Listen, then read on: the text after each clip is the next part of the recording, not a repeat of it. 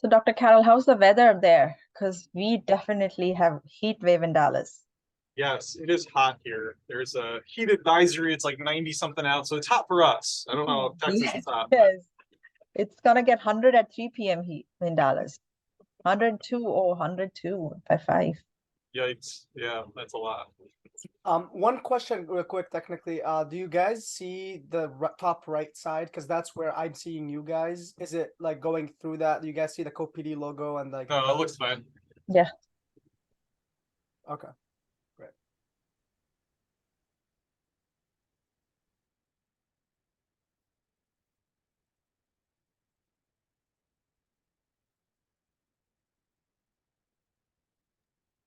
Well, I know we have a lot to cover, so we can go ahead and maybe just get started with some introductions and we can go through.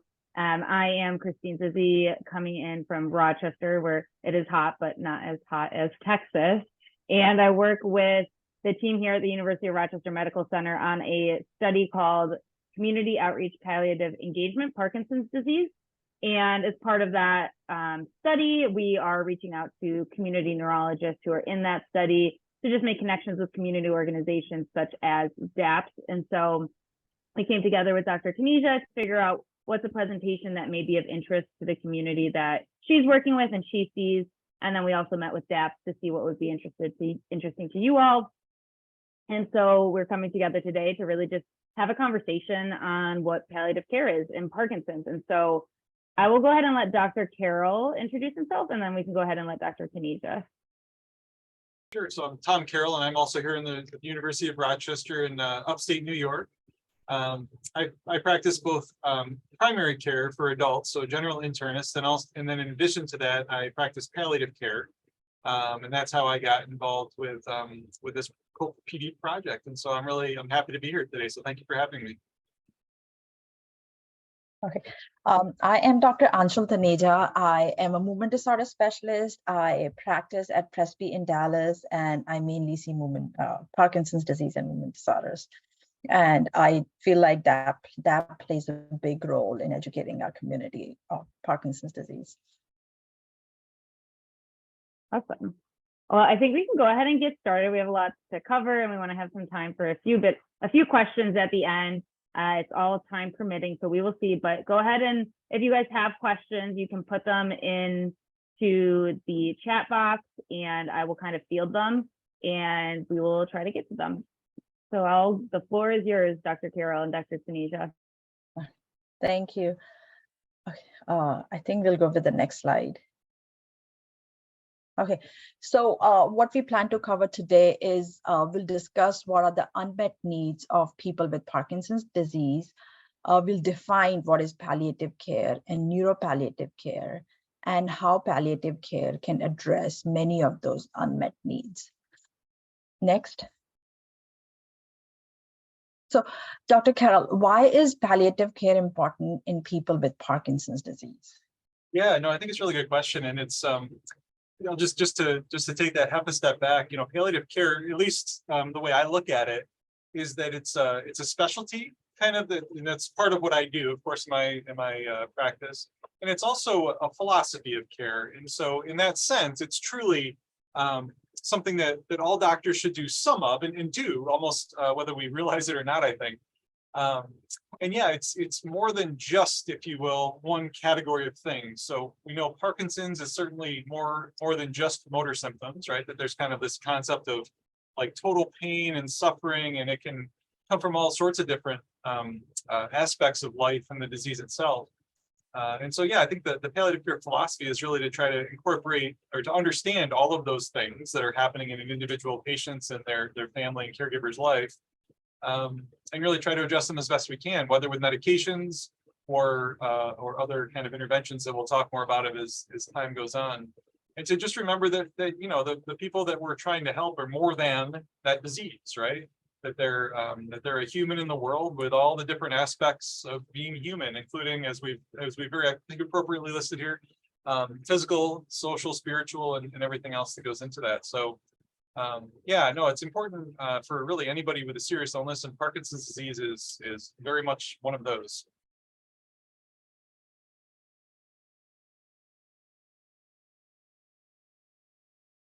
Yeah, so just to think about all those different aspects of things that go into the Parkinson's and really any serious illness. One of the things that we really do try to talk about, in addition to the physical symptoms, those physical things that we feel, really are the emotional aspects. And sometimes when I bring this up, people say, "Oh, you think it's all in my head," and I sort of say, "Well, in a sense, yes, right? In the sense that like we experience everything, if you will, in our heads." And so this is never to suggest that we can like talk our way out of or think our way out of or spiritual prayer our way out of any of these sort of things. But if we ignore any one of these or just miss one of these categories, I think we end up missing a lot of potential benefit for our patients and their care partners. So, okay, go back just one slide. I think this is a very good slide, and if patients can take a screenshot, I think it'll be really helpful for the patients so that they can like do a check mark and say, "Oh, I have this, I didn't realize that I have a social stigma, or I feel lonely." So I think patients can take a screenshot of the slide, and then if they have any of these issues, they can address it with their provider. So that's what I wanted to say on this slide. Oh yeah, and I'm sure we could make this available too. We can send it out, and people could print it or whatever they like. So whatever works best. Yeah. Okay. We can go to the next. Yeah. So just thinking about like what is the time that we have, I guess, with our from the doctor's side, the time we have with the patients, and the patients have with their doctors. We end up doing what we do, and I find this even for myself. I do this all the time. I'm a palliative care physician, and so I spend a lot of time talking about the medications because I am the one that can provide the medications. And it also is really important that no matter what our specialty is, that we spend time on the other things too, on those non-motor symptoms in Parkinson's that I think are becoming more and more well recognized, I think, in the medical world. And this is the kind of place that for example, a neurologist can do palliative care, right? And also when that person needs help, can refer to the specialist in palliative care as well. So I think educating our patients on recognizing the non-motor symptoms of Parkinson's disease is important, because so that they can recognize their symptoms and then address it with their provider. Because I feel sometimes in a fast-paced clinic, the doctors cannot see a full picture. A physician cannot see a full picture, and it's important that the patients recognize their non-motor symptoms so they can address. And I think that's where DAP plays a role, and I know DAP has done some educational talk in the past on non-motor symptoms of Parkinson's disease. Yep. Next. So now, Dr. Carroll, what is palliative care? That's a great question. When I'm seeing somebody in the palliative care practice, honestly, whether inpatient or outpatient, one of my questions is, do you have a feel for what palliative care is? And the most common response I get is, I have no idea what you're talking about. Right? So it's just, it's out there. So if anybody out there doesn't feel like, if you feel like you don't have a good feel for it, you're not alone. And then if you ask people in the medical world, you'll get different answers, right? So for the way I think about this is really, we do at least two categories of things. Number one is we help people with symptoms that are bothersome. In Parkinson's, whether it's, motor symptoms, non-motor symptoms, in a very wide sort of sense. It might be pain, could be depression, whatever the case may be. And then also we help people think about either what's happening now with their disease and kind of the bigger picture, and or think about what might be coming down the road in planning. So we think about advanced care planning, which might be a form, it might be a healthcare proxy form, or it might be a bigger conversation about, this is the kind of person I am, and this is the kind of thing that's important to me. But also just making sure in the moment that what we're doing, the bigger we, all the stuff that somebody's getting, especially from the medical world, just making sure it makes sense. Because ultimately what we really want is to help people, as we've underlined here, really live well for as long as possible. Some of the shorthand that gets used is we want to keep people as comfortable as possible. That always makes it sound like somebody's laying in bed and we're just trying to keep them from suffering. And really, sometimes that's where we are in somebody's life, and that's sometimes what we need to do. But much, much more often, it's really helping people get out and do the things that they want, right? Which might mean seeing less of us sometimes, and sometimes it means seeing more of us. And really focusing on what is it that brings joy to people's lives? Like what's the thing that kind of gets you up in the morning, and how can we optimize your medical world so that we're not in the way and that we actually help with being able to accomplish those things. So that's at least part of the answer. And then also making sure that we're really sensitive to the fact that these things change over time, right? Both what I'm able to do and also what seems most important to me can really change over time. So this should never be seen as a one-time conversation or, hey, what was written down, that's how it is. Really making sure that we're responsive to changes as time goes along. So, all these things kind of bullet points, I guess. We covered some of these before, with the psychosocial and spiritual issues I think are really important. People suffer in a lot of different ways, and they can also, on the flip side of that, we can thrive and we can blossom in many, many different ways. And it's not just about the chemicals in the brain or just about the whatever, it's really about the whole experience of life. And so we do our best to kind of keep that in the forefront of our minds as we're thinking about this. And again, in this sense, palliative care can be done by anybody, and sometimes we need help from a specialist. Yeah. And so this is another of these slides. I think they can be useful. That's kind of sums things up a little bit, and so yeah, it might be something to print out at some point. But just to keep in mind that there's this really wide range of things that you might fit into this non-motor category that we just need to keep in mind. So, Dr. Carroll, there's a lot of confusion on how is palliative care same as hospice, or how is it different? Yeah, no, this is a good question, and you're right. This is if people are worried about seeing me in the palliative care office, it's because they equate it with hospice, and there's a reason for that. It's not unreasonable. The hospice movement in the U.S. started in the 70s to 80s, and out of the hospice movement grew this specialty of palliative care. So it's very understandable because that's how it developed. The good news is, as palliative care has developed as a specialty, we've moved, if you will, upstream. So we see patients at all stages of generally a serious illness. And so we'll see people that, for example, have cancer and are potentially going to get cured of their cancer, right? But they have some symptoms in the meantime, and then we'll see other people and help take care of them right to the very end of their life, if that's what's necessary. So that's palliative care from the physician side. There's also the rest of the team, right? Which there might be home care involved, or there might be, certainly nurses and our secretaries and everybody else. So the whole team helps care for the person when it's the specialty palliative care.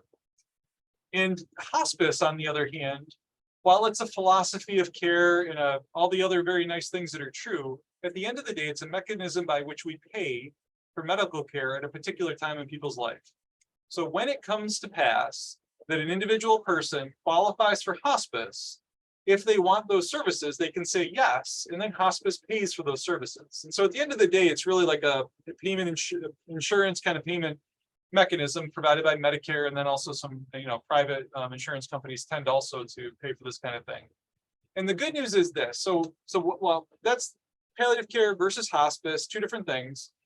And the good news is that even when we have someone enroll with hospice, it doesn't mean that they have to die in any particular time. I promise, it really doesn't. Everybody hears about this 6-month thing, which I think maybe we talk about a little bit as time goes on here too during our time together. But all those things are criteria by which someone enrolls with hospice. It's not a promise about what's going to happen in the future one way or the other. So hospice is a really useful, very nice, oftentimes group of people who will help to take care of a person at a really hard time in their life.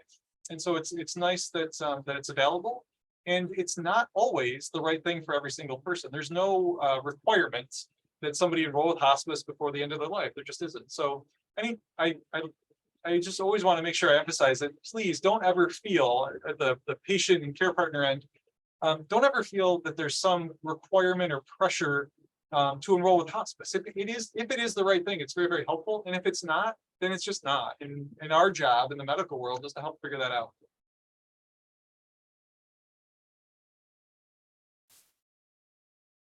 Yeah, so this palliative approach works whether you're enrolled with hospice or not, truly. The hope is that we can make it a smooth transition from, while we're still able to and trying to affect the underlying disease in some way, treat the symptoms, treat the disease itself, all the way through to when someone's life does end.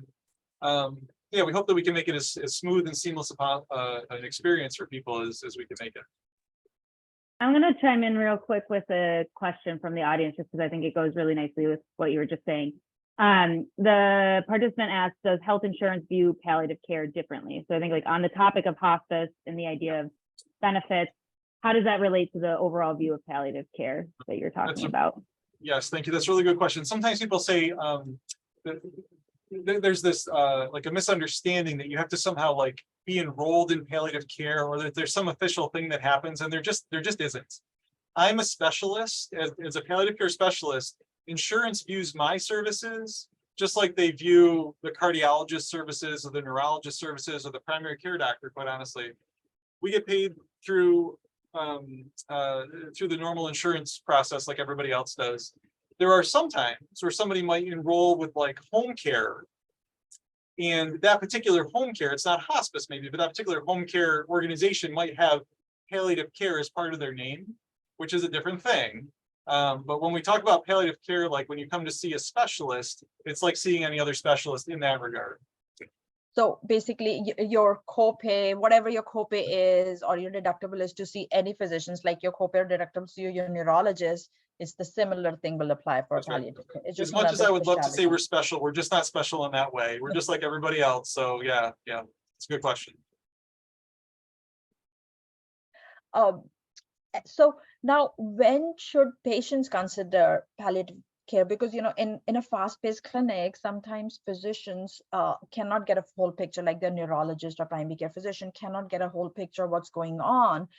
And so I think it's important, and the purpose of this talk is also that the patients can recognize what their symptoms are so that they can ask their primary care physician or their neurologist is, can I see a palliative care, or can they offer palliative care service? And I know you've covered a lot of it, but just so that it's easier, and then just a repetition for our patients again is, when should they feel like, okay, maybe now I need to ask my provider to see if I can see a palliative care specialist? Yep, no, it's a great question. Yeah, so when should someone see a palliative care specialist? Really, the answer is at least in theory the same as when should you see any other specialist. So if I'm the primary care doctor, sometimes I need help from a neurologist, right? I just do. And Tom Carroll, the primary care doctor, might need help from a neurologist at a different time than my colleague does, because maybe my colleague they're better at this particular thing and I'm better at something else. So the answer, the sort of general, but maybe not so helpful answer is when we need help, right? When we need the kind of help that palliative care can provide. And when do you need help? It's when symptoms don't feel like we're not making enough headway on this particular symptom. Maybe a palliative care doctor can help. And that could be triggered, if you will, in the mind of the doctor or the nurse or the patient themselves or the care partner or whomever. So the symptom thing, I think, is a big one. Keeping in mind that I don't have anything magic, you know, it's just that we do this a lot. And so we maybe look at the medications a little differently, or maybe we think about other options. But yeah, so the symptom thing. And then also sometimes if it seems like, I think about this like medical momentum, right? That you start just down this path and it's, you know, how do I even get off this path? What would it look like to do something different? Like, does this still make sense? Any of those kind of questions that come up fall into that second category of what is it that we should be doing? And when you come see me or somebody like me, I'm not an expert in neurology. I'm not an expert in Parkinson's disease. The neurologists know a ton more about Parkinson's than I do. But sometimes, because I don't know those things, quite honestly, I just provide a different perspective, because I am not going to spend a lot of time talking about the specific doses or exactly how you're going to take the Unmet or whatever, because I don't know. That's what the neurologists, I mean, they're really, really good at it, right? But I can sometimes take that step back and say, does this whole thing make sense? And if not, let's start getting into the details about what about this is not making sense in a way. And if it is, great. Then we say, okay, we looked under that rock, if you will, there's nothing, and we can move on with life and try it again later if we need to. But yeah, sometimes we can just say, you know, here's where the problem is. Can we address this? And oftentimes it's not that we have to give up something, the patient has to give up something, but rather, yeah, just sort of bring to the foreground those things that might be bubbling under the surface that maybe nobody realized were. Yeah, right. There you go. When we're spinning our wheels, sometimes we feel that way because we actually are spinning our wheels. Now this is actually something you guys don't see very often, I guess, right? But this is our typical winter. Actually, this is just how it is. Yeah, I think we might need region specific pictures, but you get the idea, right? Yeah, I mean, sometimes we're doing a lot and just not getting anywhere. And if that's the case, sometimes, again, nothing magic that happens, but sometimes we really can help just with that extra perspective. So, Dr. Carroll, I feel like it's an extra set of eyes, and there's no harm in seeing palliative care, except if a patient is willing to see another provider and is financially can pay for the copay or whatever is the financial aspect, then there's no harm, because they can decide, they can say, okay, I need something to live better. I just need another set of eyes. Let me see a palliative care specialist, and they can start with just one-time visit. And if they get what they want, then they can do more visits. Otherwise, I think it's worth it as the disease progresses to see them at least once. Yeah, no, I agree. And I'll say, so I do both, right? Primary care and palliative care. And on a number of occasions over the years, I've referred my primary care patient to my palliative care colleague. Because it's not like I suddenly lost my palliative care skills, but sometimes I just need help, right? Sometimes you do need that other person, because they bring a different perspective, and sometimes that can be really, really valuable. So it's yeah, just to say, yeah, everybody needs that help sometimes from the doctor's side and the patient side too. And it's not yeah, it should never be seen as an insult, or like, oh, my neurologist doesn't know what they're doing because we had to go to, no, I mean, sometimes we just need that extra set of eyes and extra perspective. Really is a very, very, very valuable thing. Yeah.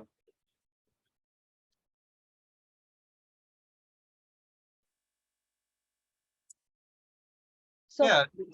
go ahead. So primary care can do palliative care as well. There are some, where do how do patients start with? Like, they just ask their primary care physician if they do palliative care, or they can refer patients to palliative care? Yeah, so it's probably less like, do you do this thing, as opposed to, I have this problem, how do we address it? And if the problem is, a symptom or something that's just, tried the various medications that particular doctor, whether it's a neurologist or a primary care doctor or somebody else, we've gone through the things that person kind of feels comfortable with and has enough experience to do. Well, gosh, if we need help, then maybe seeing a palliative care doctor makes sense in that case. And so again, that's where it's going to be the threshold to refer to palliative care for a particular problem is going to be different one doctor to the next, and that's okay. And it's also true, I think you said it just a moment ago, but one thing I don't ever want to do is be just another cook in the kitchen, just another doctor you got to come just to say hi. So I really try to encourage everyone. Happy when I'm happy to be as involved as makes sense. And if there comes a time when things are going well, I will not be offended if you don't come back for a while. I promise. It's okay, right? But yeah, gosh, if I find out 6 months later somebody wasn't getting what they needed, that's too bad, and I'd rather be available. So yeah, just there's no right answer necessarily, that applies to every case, but just to be open to it and say, yeah, if we need help, don't be afraid to ask. If it turns out you're doing everything right, then great. Then we just have that sort of that second opinion, really, that just says you're doing all you can.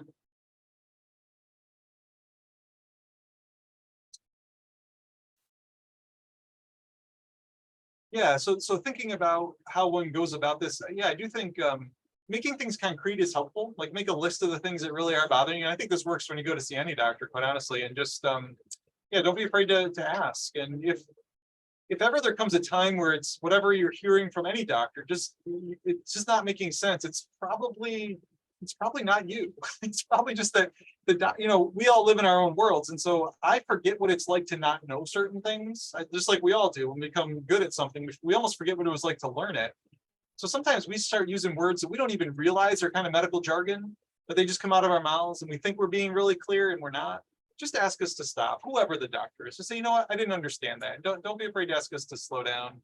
And then if it's still not clear, you can always get a second opinion.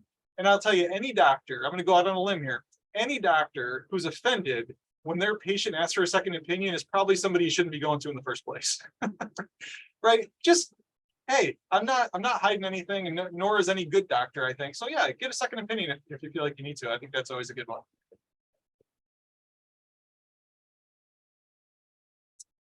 Yeah, this is another good, I think, just kind of summary slide to kind of say, there are these different aspects of the palliative care approaches, some of which might be done by with a palliative care specialist, and some might be done with somebody who's doing the quote unquote primary palliative care kind of thing too. Yeah.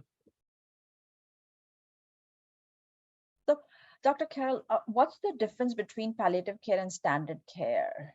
Yeah. I mean, we're I think the part of this work, you know, with Dr. Kluger and others is that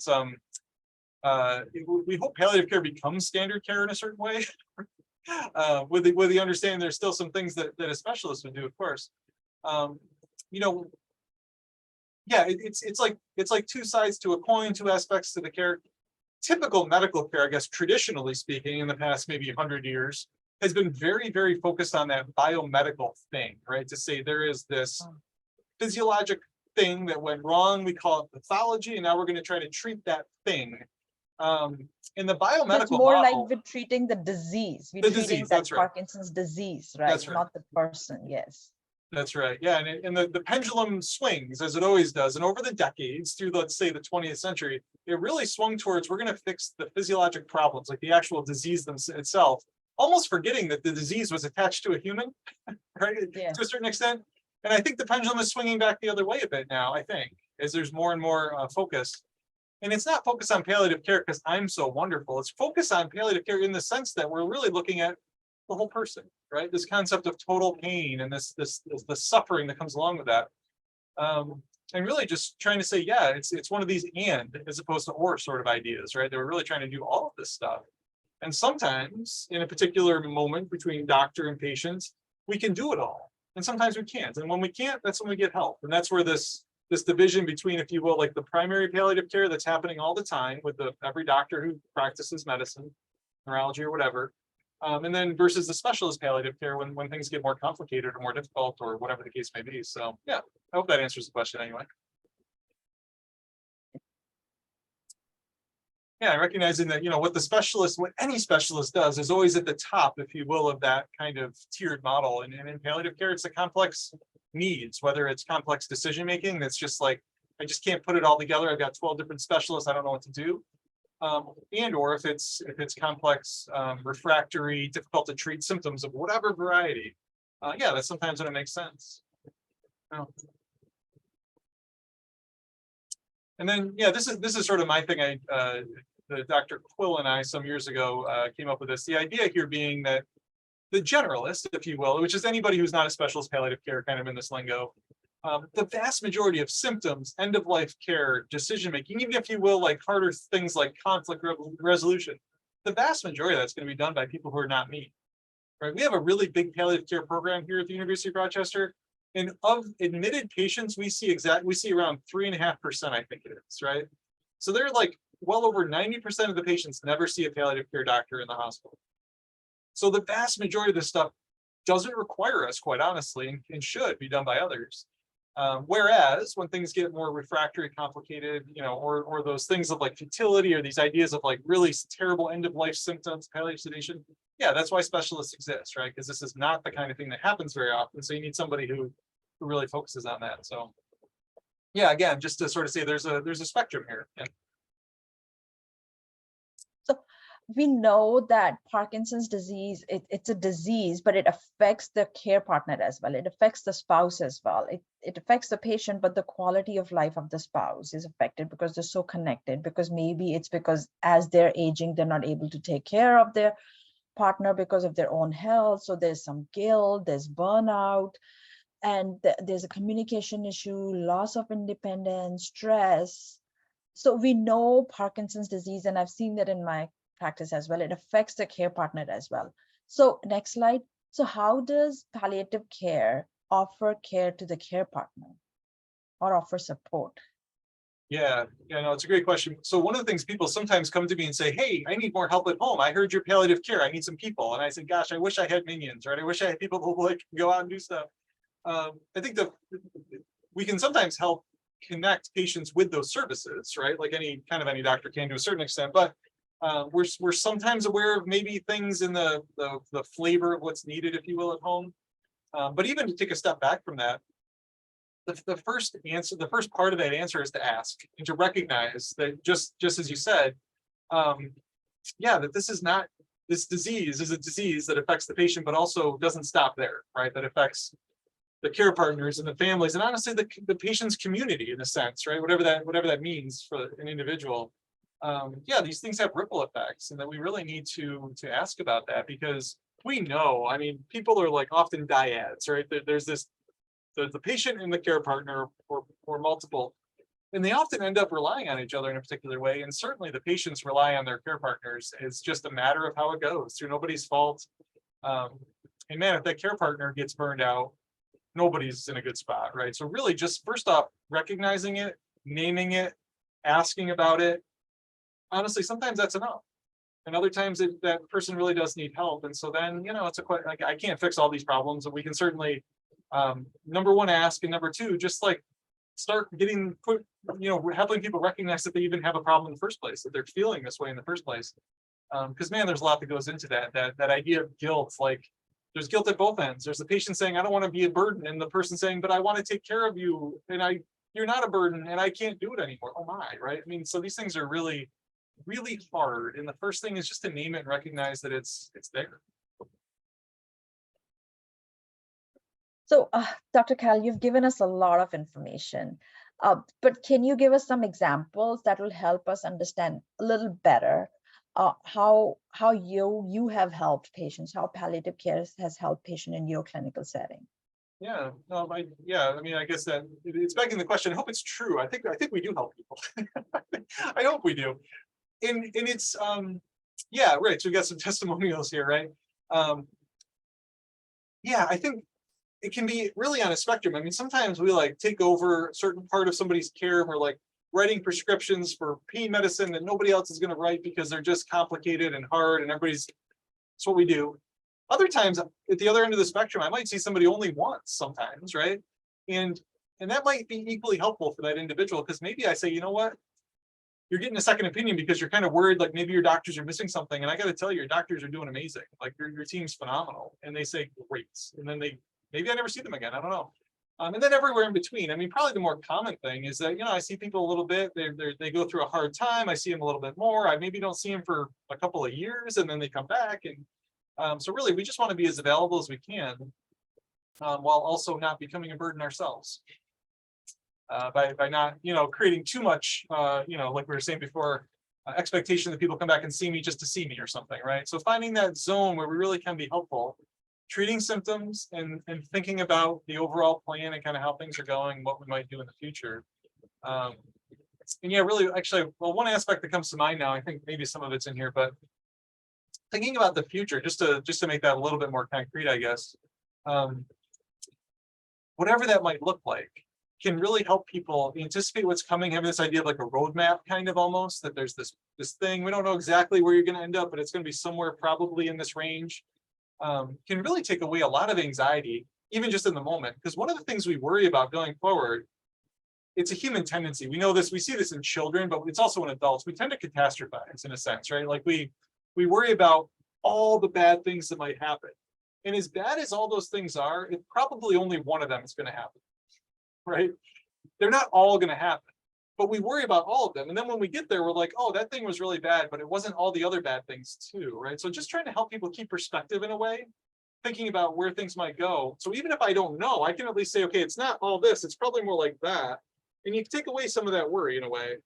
And then as we think about going forward, we can sometimes help patients really articulate what is important to them. So later on, when they get sicker, and they're not able to make their own decisions, their loved ones who might be, the healthcare praxis aren't wondering as much. The loved ones are still going to have to make some kind of decision, and it's going to be hard, but at least they won't have as much wondering, did I do the right thing, right? They'll have a more articulate way of saying, no, this is what my wife said. This is really what she wanted, whatever. So it's, I think it's really valuable. And and actually Bernadette in the middle there, a lot of this comes out, right? There was this turmoil in his mind, and like, how do you sort of begin to address this? And sometimes it's just by naming it and sort of exploring it a bit with people, and then ultimately just sticking with it, and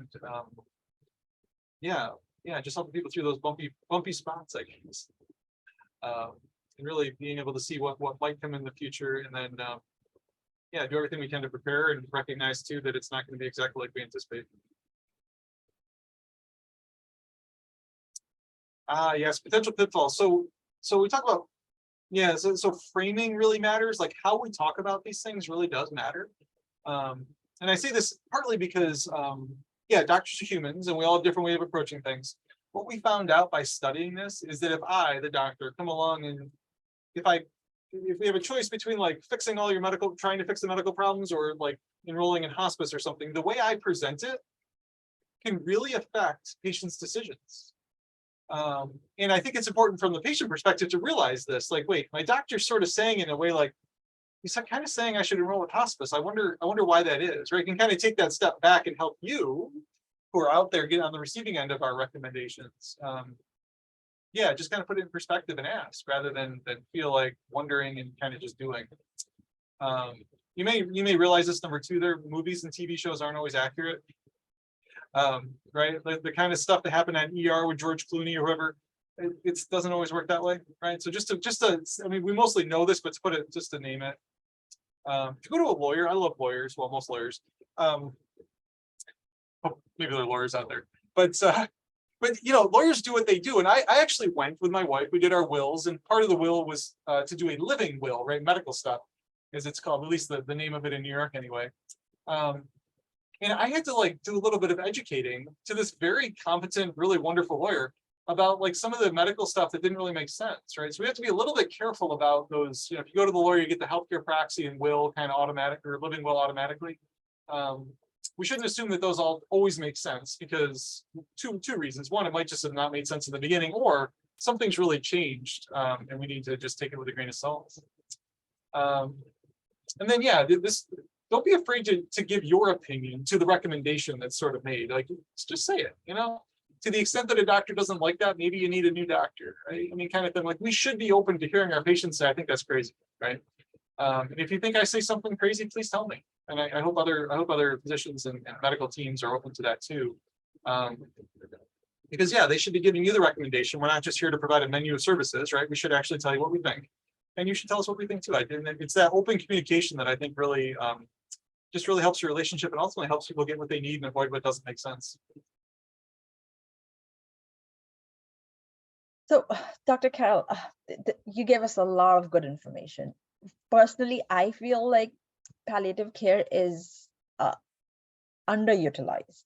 I mean, I think especially Parkinson's and mainly atypical Parkinson's patient can definitely benefit from palliative care. And from what my understanding is, I want patients to think is, can I live better? What is one thing that if that can be addressed, or maybe there's several things, but let's just start with one or two things. If this can be addressed, I can live better, and see if the provider can address it. And if not, then palliative care, they should give palliative care an opportunity to try to help them.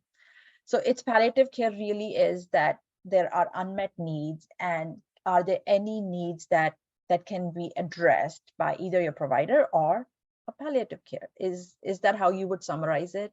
Yeah, no, I think that's a really a good sort of role that we can play, I think. Again, I don't have anything magic, right? So if Parkinson's gets to a point that it's not responding to the tip, you know, all the medications that the neurologists have available, there's nothing I can do to make that better. But I do agree that there are oftentimes unmet needs that we don't even realize, that sometimes patients are struggling in a way they haven't even named, or that we haven't picked up on. Or maybe they're overwhelmed, and they cannot think straight. They cannot think straight. And then maybe a palliative care can say, hey, what I feel is these are the three issues. And if we address these two, then maybe your quality of life will be better. Yep. Yeah, absolutely. Yeah. Sometimes there's something I can do directly when I see that person. Sometimes I say, look, here's maybe how you might articulate it to your doctor. And I'm also going to send a message, and we'll get your doctor from both ends. and we'll make sure that the message really gets through so that we can all work as a team, you know? And I appreciate when other doctors do that for me, when they're like, hey, you know, there's this thing you missed. I'm like, oh gosh, I guess they did. And I try to do it for others, because it's, yeah, man, no one doctor, team, whatever can do it all, right? And so yeah, having that extra set of eyes, as we've said a few times, I think is a really good thing often. I totally agree, especially for all these neurodegenerative diseases, you need a team approach, because it does affect patients from different perspectives. Yes, so I guess we can take some questions if there are any. Yes, there are a few already. So I'll go ahead and just read the first one. The first question is, do palliative care MDs do house calls, or is it office visits, or is it both? Good question. It depends on where you are and the details of that practice. So in our practice here at the university, like the university palliative care practice, I do both office-based palliative care and also inpatient. So those people who are admitted to the hospital. We do not right now have a specific home care practice, though we will do house calls on a kind of as needed basis. Those kind of fell off, as you might imagine, with COVID, and I think they're starting to come back a little bit. But we're also very, very fortunate that we have a really robust home care division through the university's home care that is like a palliative care home kind of setup. So I don't work for them, but we work with them.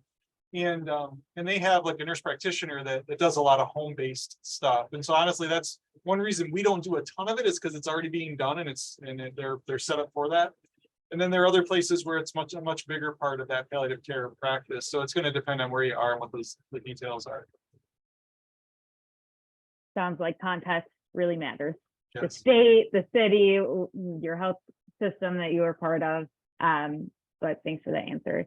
I'll go ahead and read I think you can also ask your primary care provider. Like if you need palliative care, you can ask your primary care provider, and they may know a group that may be doing house call and providing palliative care.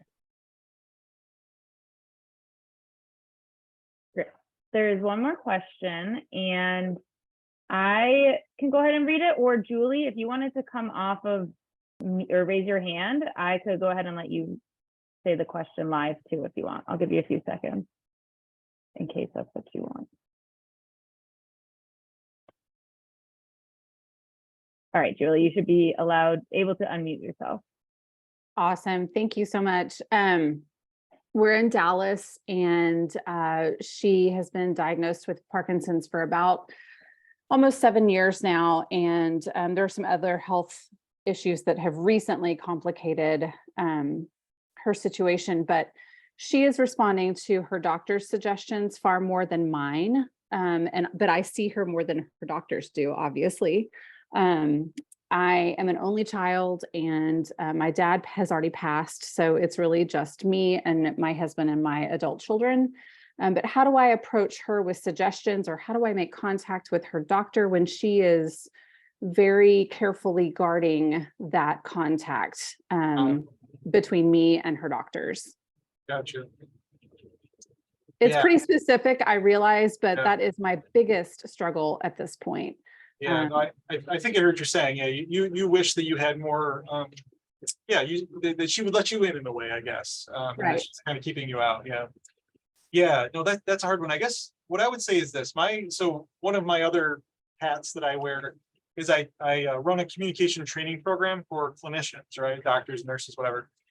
One of my most consistent recommendations, I guess, is that when there is, like, over there in the room, there's that big stinky elephant, that everybody's wondering about, is that somebody needs to point to it and say, "Hey guys, there's a big stinky elephant over there." Okay, I mean, I'm joking, right? But this idea that a lot of the conflict in our life and in the world, I think, is unspoken, oftentimes misunderstandings, but sometimes perfectly fine understandings, but they're still just unspoken, and so I don't know for sure. So to the extent that I feel like I can, in any relationship I personally have, whether it's with a patient, a colleague, a friend, my wife, I really just try to say it, right? I say, look, in a gentle, kind, objective way, when this thing happens, I feel this way, right? So there's this objective thing out there, and I feel, so who can argue with this, right? They might say I'm crazy, but at the very least say, look, I wish I could help more. And I think I could help more if, so fill in the blank.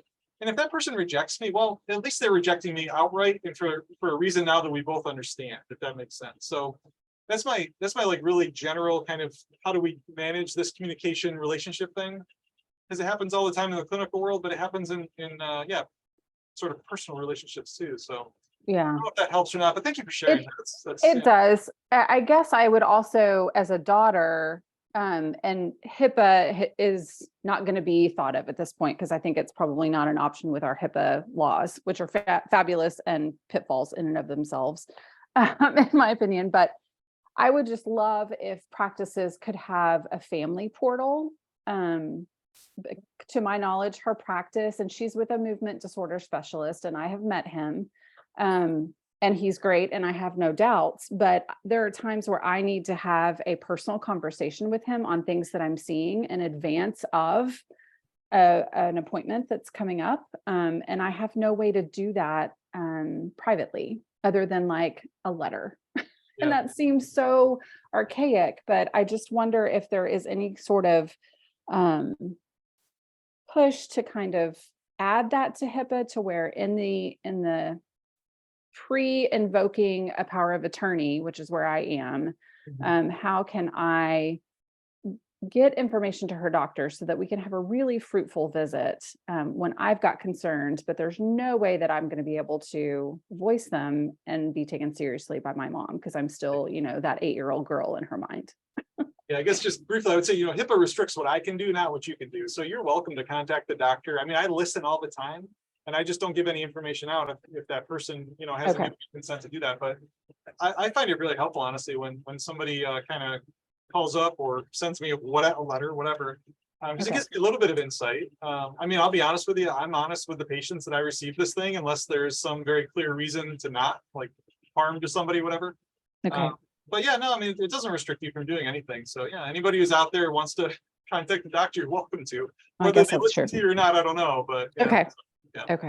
So in my clinic, if this happens, like typically the family member can leave a message with the staff that I want to talk to the doctor before the visit. So either they'll be on the phone, so I'll either call them, like, if you're not with your mom, I'll call the daughter before the visit, maybe a day or right before the visit, and then she'll give a feedback.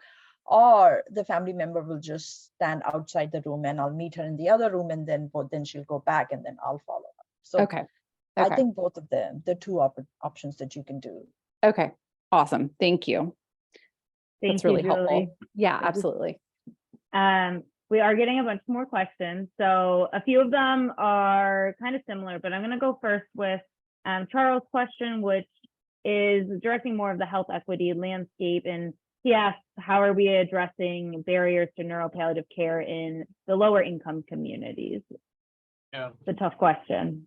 Yeah, no, I mean, I think we're in a similar, at least from my perspective, anyway, in a similar way that we're addressing them in other, you know, outside of palliative care, outside of neuropalliative care, which is not to say always effectively, but certainly I think we are, you know, we're trying to be as available to everybody who would want and benefit from our services as you can. I know there are efforts underway here in Rochester to reach out in a variety of ways, including through local churches in the city and other community organizations. So my hope is that we'll be able to partner with folks that are active in the communities and just be support to them as they support the people in their communities. And I can't speak to other places, but I know that's one way that it's been going on around here anyway. There've been some other questions. Yeah. Thank you. Yeah. I think a few of the questions are talking about specifically the palliative care specialists, so not the generalists, but kind of wondering how common such specialists are. And one of the attendees mentioned, you know, they're from a small town north of Dallas. There's a lot of medical specialists, but never heard of a palliative care specialist. So if you have any idea on kind of the so palliative care is probably the newest specialty in medicine. And it still has not, it's only been within my career in the last like 10 years that it's sort of saturated like the academic world, the big hospitals across the country. When I started as a fellow, that was not the case. There were big places in this country that did not have any palliative care services, including where I went to medical school. So that's been like the growth. And now it's starting to make it out into other parts. But even still here in Rochester, we've got a ton of palliative care specialists, relatively speaking. 30 minutes south of here, there are 0. And beyond that, there are 0 and so on into the sort of more rural communities. So I think you're not alone in that. The good news is that more and more, especially the pandemic, one of the few silver linings was that we can now do more telemedicine. So we can do more like Zoom kind of stuff. And that's really opened up the door to the geography doesn't matter anymore, except I just have to be licensed wherever you are. So anybody in New York State, I can see for palliative care through Zoom, whatever non-branded video thing we use. So yeah, that much is nice. But you're right, the smaller towns or smaller hospitals even are not going to probably have palliative care services available right there. Thank you. I'm going to read both of these questions because I think they're getting at similar things around kind of the acceptance of palliative care services. So Lisa mentioned that they've been using palliative care for a couple of years. Her husband has advanced stage Parkinson's, and the palliative care doctor keeps trying to get her husband to go into skilled nursing, which he does need, but it does make him angry. So kind of what to do. And then just as a more follow-up and more generally is just if you have any thoughts, this is from another attendee, if you have any thoughts on possible ways to help the patient caregiver accept palliative care services. Oftentimes they find that there is resistance to those palliative care recommendations. Yeah, no, that's good. I like that combination. So there are two aspects there. One is the actual recommendations being made with the first one, and the second one is just palliative care more generally. So to start with the second one, how do we get people to accept palliative care more generally? There are a number of ways that have been attempted, like renaming it to like supportive care, just trying to get rid of it, just jettison the name, which I think is fine, but kind of short-sighted because it means something, right? The word means something. It's the something that's the problem, I think, a lot of the time. So my hope is that we can change the perception of palliative care and what we do, that it's not just the place you come when it's time to die, right? I mean, it's much more than that. So that's the bigger hope, I guess, about how do we get the palliative care thing to be more accepted. Because I get a lot of people who start very standoffish because they're worried about what I'm going to do or say, and I don't really have any agenda except to try to help, right? So that's one thing. The more specific thing, like what do you do when a patient doesn't like the doctor's recommendations? Keep trying, I guess. At some point say, look, his values are such that he just doesn't want to do this. Okay, to what extent does he have this choice? You know, and you kind of go down the path of saying, like, what are we really doing here? And you know, I've come to accept, sometimes easier than others, but I've come to accept that not everybody listens to me. And then not everybody agrees with me, and that's okay, right? But yeah, that's a real challenge. And I guess I would say too, you know, over time, these things evolve, right? I mean, a person's response to these kind of things evolve. And yeah, you hope he accepts it before something really dramatic happens, like a fall where he gets hurt or something. But yeah, aside from just trying to convince somebody, I don't know that I have any real specific way, except that yeah, sometimes getting an extra opinion can be helpful. But it sounds like you've already gotten that, so I don't know. I wish I had a better answer for that one. And I think the other thing is especially for this specific question, at some point you just have to accept what the patient wants. If they're educated and they still decide to make the decision, then you have to accept it. Like I have patients where they're high risk of fall, but they'd rather be at home than go to a facility. Then as long as they're educated and they understand, we just accept their decision. Like that's what they want. So. Thank you, guys. There are a few other questions, but before I read any of them, I know we only have a few minutes left. And Keisha, I know you have a crowd of people with you. If there were any questions from your audience, you can ask to be unmuted and ask those questions. But let me see if there's any others. Hi, Christine. Yes, we have a question here. Okay, go ahead. Yeah. Hello, my name is Nicholas. I work at a outpatient rehab facility in the Dallas suburbs, and I just wanted to kind of get your opinion on what or where palliative care kind of has a place in that. In my mind, just kind of listening and being educated on your seminars, really maybe making a therapist kind of aware, I guess, is what I would think of, and when to kind of intervene and suggest that. But would love to get your opinion on that.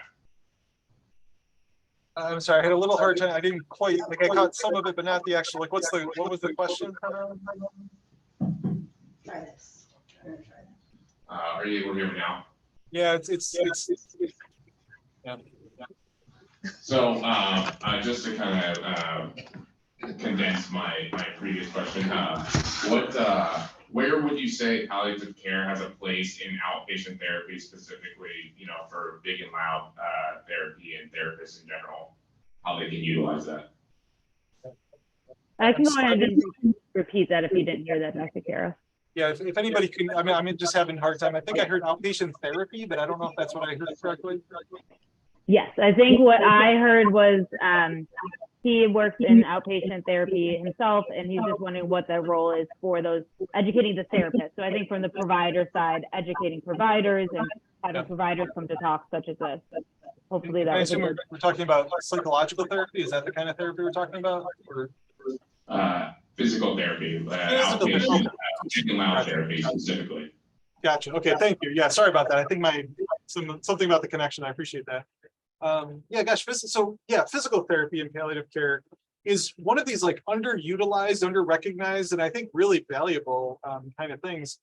We actually do have a physical therapist that is sort of not really assigned, but is the one I think that comes more so to our inpatient unit when they need it.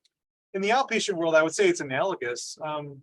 There's absolutely, in my mind, nothing that would work against each other, or contradict each other in the sense of palliative care plus physical therapy. Because I mean, what's physical therapy?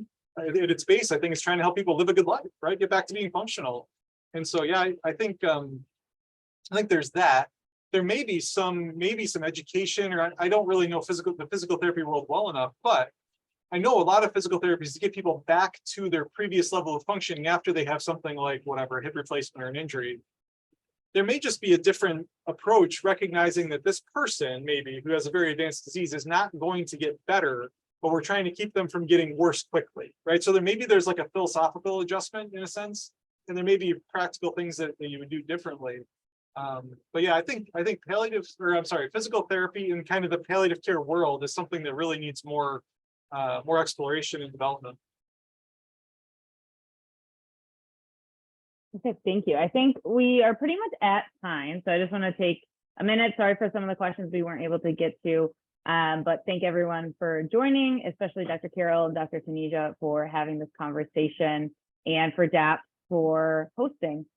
We will, if you registered for this Zoom webinar, I have the emails that you used to register, so we can send out that recording afterwards. It probably won't happen for a few days or until later next week. But yeah, and you should have some of our contact information, so reach out with any additional questions. Dr. Carroll, Dr. Taneja, do you guys have any last closing thoughts or comments? No, what I have learned is I think palliative care is underutilized, even from my perspective and how much I use it. I totally think it has a big role in all these neurodegenerative changes in making that quality of life better and actually bridging the gap. Yeah, no, I would just say thank you so much for everyone coming and for inviting me in the first place. And thank you for your questions too. Those are really good questions. And yeah, and I hope this was a useful thing. Thank you for having me. Thank you. Thanks.